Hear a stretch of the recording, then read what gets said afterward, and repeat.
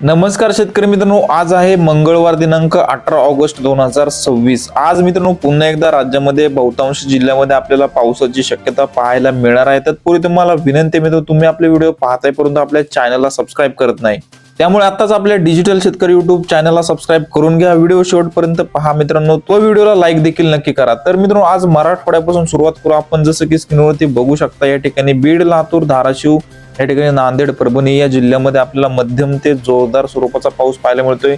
नांदेड व आसपासच्या भागामध्ये आपल्याला मध्यम ते जोरदार स्वरूपाच्या पावसाची शक्यता पाहायला मिळते। तसेच या ठिकाणी लोहा, कंधार, गंगाखेड, परळी, अहमदपूर, मुखेड असेल, उदगीर असेल, या ठिकाणी या सर्व भागामध्ये आपल्याला भाग बदलत मध्यम ते जोरदार स्वरूपाचा पाऊस पाहायला मिळतोय। तसेच लातूर, औसा, या ठिकाणी धाराशिव असेल, तुळजापूर असेल, भूम, परांडा, वाशी, कळंब, केज, या ठिकाणी माजलगाव, तसेच बीड, गेवराई या संपूर्ण भागामध्ये मित्रांनो भाग बदलत आपल्याला काही ठिकाणी मध्यम तर काही ठिकाणी जोरदार अशा स्वरूपाच्या पावसाची शक्यता ही पाहायला मिळत आहे। एकंदरीत जर या ठिकाणी मराठवाड्याचा विचार केला तर मराठवाड्यामध्ये या ठिकाणी छत्रपती संभाजीनगर व जालना जिल्ह्यामध्येच पावसाची शक्यता कमी पाहायला मिळते। उर्वरित बाकीच्या मित्रांनो या ठिकाणी 6 जिल्ह्यामध्ये आपल्याला भाग बदलत काही ठिकाणी मध्यम तर काही ठिकाणी मुसळधार अशा स्वरूपाचा पाऊस पाहायला मिळत आहे। तसेच मित्रांनो विदर्भामध्ये जर पाहिलं तर विदर्भामध्ये देखील आपल्याला आज काही भागामध्ये हलक्या स्वरूपाचा पाऊस तर काही ठिकाणी जोरदार स्वरूपाचा पाऊस पाहायला मिळतोय। जसं की स्क्रीनवरती पाहताय, भंडारा, गोंदिया या जिल्ह्यामध्ये आपल्याला मध्यम ते जोरदार अशा स्वरूपाचा पाऊस पाहायला मिळतोय। तसेच मित्रांनो या ठिकाणी वाशिम, यवतमाळ या भागामध्ये हलक्या ते मध्यम स्वरूपाचा पाऊस आहे। चंद्रपूर जिल्ह्यामध्ये, गडचिरोली जिल्ह्यामध्ये देखील आपल्याला जोरदार स्वरूपाचा पाऊस पाहायला मिळतोय। तर या ठिकाणी उर्वरित विदर्भाच्या जिल्ह्यामध्ये हवामान हे आपल्याला कोरडं पाहायला मिळते। तर काही ठिकाणी ढगाळ आहे परंतु पावसाची शक्यता ही मित्रांनो पाहायला मिळत नाही।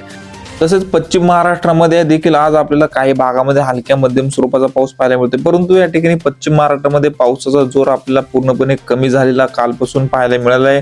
बऱ्याचशा भागामध्ये मित्रांनो या ठिकाणी आपल्याला हवामान तर कोरडं पाहायला मिळते। मित्रांनो पश्चिम महाराष्ट्रामध्ये जत, आटपाडी या भागामध्ये हवामान आपल्याला कोरडं पाहायला मिळते।